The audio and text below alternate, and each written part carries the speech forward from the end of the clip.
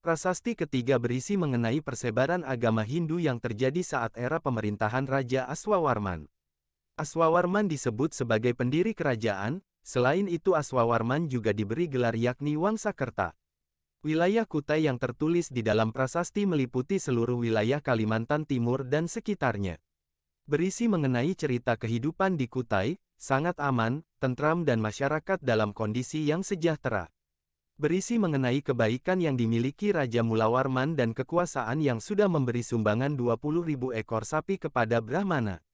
Berdirinya Kutai Kartanegara. Setelah berakhirnya era Kutai Martadipura atau Mulawarman dengan raja pertama kerajaan Kutai adalah Kudungga, muncullah kerajaan Kutai Kartanegara di Tanjung Kue, Kalimantan Timur.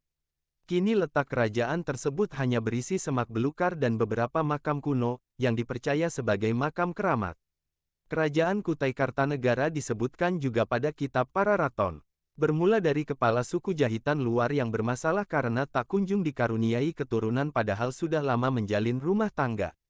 Hingga akhirnya ia mendapat bola emas dan ajaibnya di dalam bola emas itu muncul seorang anak laki-laki dan kemudian diberi nama olehnya, Aji Batara Agung Dewa Sakti. Di waktu bersamaan kepala suku Hulu Dusun menemukan seorang anak perempuan di Sungai Mahakam, yang kemudian diberi nama Putri Karang Melenu atau Putri Junjung Buih.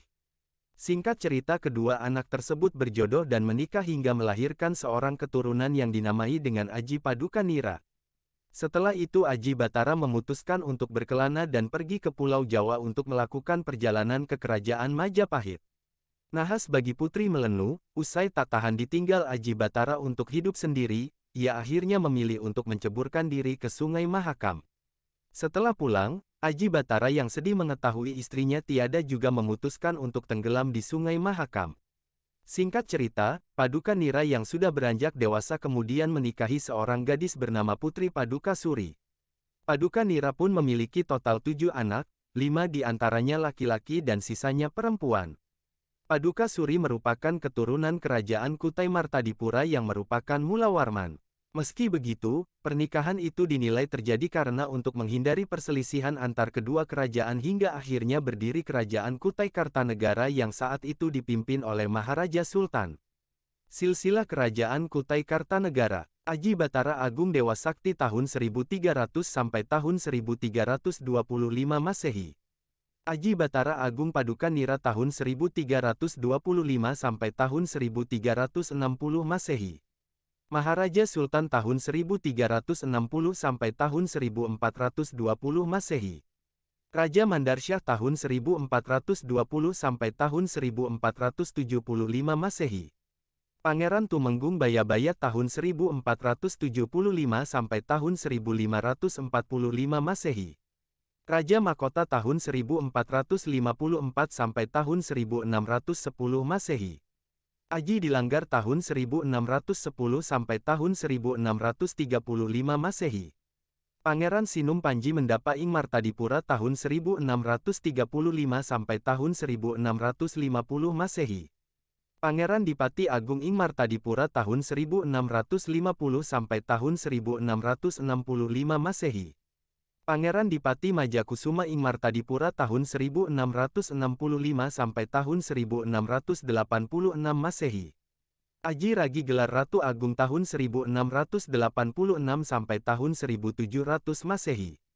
Pangeran Dipati Tua ing Martadipura tahun 1700 sampai tahun 1710 Masehi. Pangeran Anum Panji Mendapa ing Martadipura tahun 1710 sampai tahun 1735 Masehi. Sultan Aji Muhammad Idris tahun 1735 sampai tahun 1778 Masehi. Sultan Aji Muhammad Aliyedin tahun 1778 sampai tahun 1780 Masehi. Sultan Aji Muhammad Muslihuddin tahun 1780 sampai tahun 1816 Masehi. Sultan Aji Muhammad Salehuddin tahun 1816 sampai tahun 1845 Masehi. Dewan Perwalian tahun 1845 sampai tahun 1850 Masehi. Sultan Aji Muhammad Sulaiman tahun 1850 sampai tahun 1899 Masehi. Sultan Haji Muhammad Alimuddin tahun 1899 sampai tahun 1910 Masehi. Pangeran Mangkunegoro tahun 1910 sampai tahun 1920 M. Sultan Haji Muhammad Parikesit tahun 1920 sampai tahun 1960 M. Demikian penjelasan mengenai kerajaan